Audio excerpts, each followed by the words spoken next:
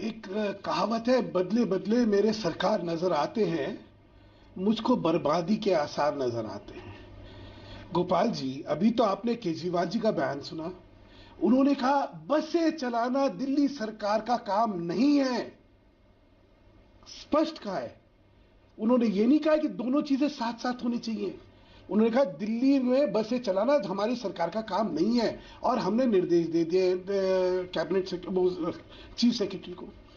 उस बयान के बाद भी आप क्या बात कर रहे हैं? क्यों भ्रमित करने की कोशिश कर रहे हैं? मैं दूसरी बात कहता हूं, जब क्लस्टर वाला सिस्टम पिछली कांग्रेस सरकार ने लागू करा था तो आप ही ने सबसे ज्यादा कहा था भ्रष्टाचार भ्रष्टाचार भ्रष्टाचार। लवली जी ने ये कर दिया, इसने वो कर दिया, ये कर दिया, वो कर दिया।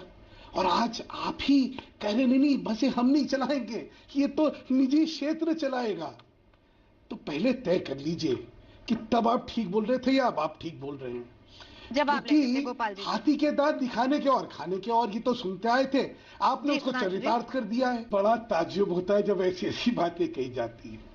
शायद गोपाल राय जी को पता नहीं होगा, मैं एक और बता देता हूं। आज के जो भाड़े हैं, उन भाड़ों में एक बहुत बड़ा जो आज खर्चा आता है, उसमें एक बहुत बड़ा पोर्शन जो है वो सरकार की तरफ से सब्सिडाइज करा जाता है।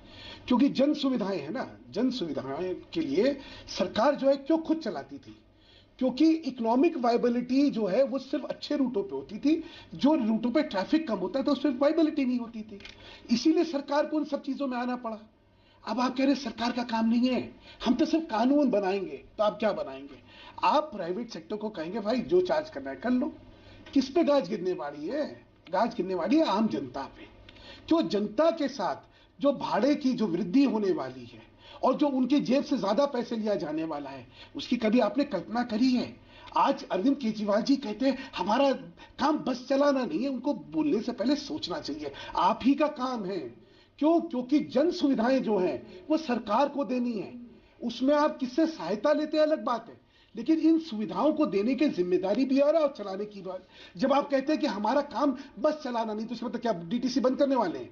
क्या डीटीसी को प्राइवेटाइज करने वाले हैं? आप तो कह रहे नहीं हमारा काम ही नहीं है। तो दो बातें ना करिए और ये गोलमोल स्टेटमेंट ना दीजिए। नहीं एक ऐसी कानून बनाया जाएगा जिससे सब चीज ठीक हो जाएगा। भाई हो जाएगा, कैसे होगा ये बताइए ना। आपने एक तो क्लियर कर दिया कि हम नहीं बस चलाएंगे। आप बस नहीं चलाएंगे, किराए बढ़ेंगे, कैसे होंगे? जो रूटों पे जो है वाइबिलिटी नहीं आती उन रूटों को क्या करेंगे? वहां पे बसें खत्म कर देंगे? क्या करेंगे? गोपाल राय जी, मैं दो प्रश्न छोटे से और जोड़ देता हूं। सुधांशु जी का जवाब दो प्रश्न जोड़ देता हूं। भाई हमारे पास पैसे नहीं, हम नहीं चलाना चाहते, जो होगा देखी जाएगी, जनता के बाहर चलाएंगे। कोई बात नहीं, आप उसको तो भूल गए। कम से कम स्पष्टता तो दिखाइए। मुझे गोपाल जी की सोच पर बड़ा ताज्जुब हो रहा है। इन्होंने कहा एमसीडी का हमारा जिम्मा था और बेवजह से करवाया है। Gopal ji, fourth finance commission आप ही के पास पड़ा हुआ है, उसकी रिपोर्ट। उस रिपोर्ट में एमसीडी को आपको पैसे देने हैं, आप पैसे नहीं दे रहे और अपनी जिम्मेदारी को टालने के लिए क्या कह रहे हैं आप? नहीं अरुण जेटली जी के पास चाहिए, अरुण जेटली जी के पास चाहिए। मुझे नहीं लगता था ये किसी मुख्यमंत्री को शोभा देता है कि जो संवैधानिक उत्तरदायित्व उसका है उसके लिए वो इस तरह की हल्की राजनीति करेगा। मुझे नहीं लगता था। अभी आपने कहा भाजपा, अच्छा डीटीसी की मजदूर संघ अगर कर रही है तो भाजपा का क्या लेना देना? भाई आपको लगता है रात को भी सोते समय भाजपा दिख रही होती है कहीं ना कहीं, कि अपनी गलतियां और अपनी विफलताएं जो हैं हमें भाजपा पे टालनी है? जैसे अभी आपसे कहा, आपसे बात हो रही डीटीसी और दिल्ली की बस की प्राइवेटाइजेशन की, आप बात करने लगे डिफेंस प्रोडक्शन की। तो कहीं तर्क रखिए, कुतर्क ना रखिए। अब मंत्री हैं और मंत्री से लोगों को बहुत ज्यादा उम्मीदें होती हैं। क्या होता है, जब आप साधारण एक राजनेता थे, आप कुछ भी कह देते तब भी चल जाता। अब आपके पास एक संवैधानिक पद है जिसकी मर्यादाएं हैं, जिसकी गरिमाएं और जिसकी गंभीरताएं हैं। उन गंभीरताओं को सोचते हुए कम से कम जो बात कहें उसमें वजन रखिए। नहीं, लोगों को जो है सरकार पे विश्वास वैसे ही कम होता जा रहा है और जल्दी खत्म हो जाएगा।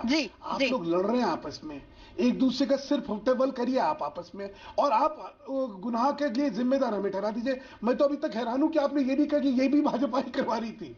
नवजोत जी, आज ही अखबार में ये खबर निकली है, girl refuse to pay 30 rupees extra, auto driver hits her thrice.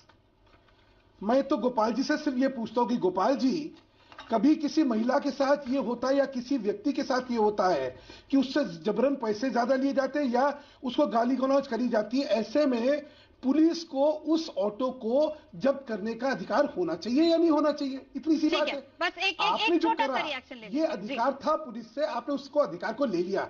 आपको लगता है कि आप ये जनता के हित में कर रहे हैं? आपको लगता है कि ये इस समय जो आपका उत्तरदायित्व था लोगों को सुरक्षा देने का, लोगों को कानून के तहत करने का, वो आप अपना उत्तरदायित्व पूरा करें या आप वोट बैंक पॉलिटिक्स कर रहे हैं? वक्त की आप कमी है सोचिए। गोपाल जी।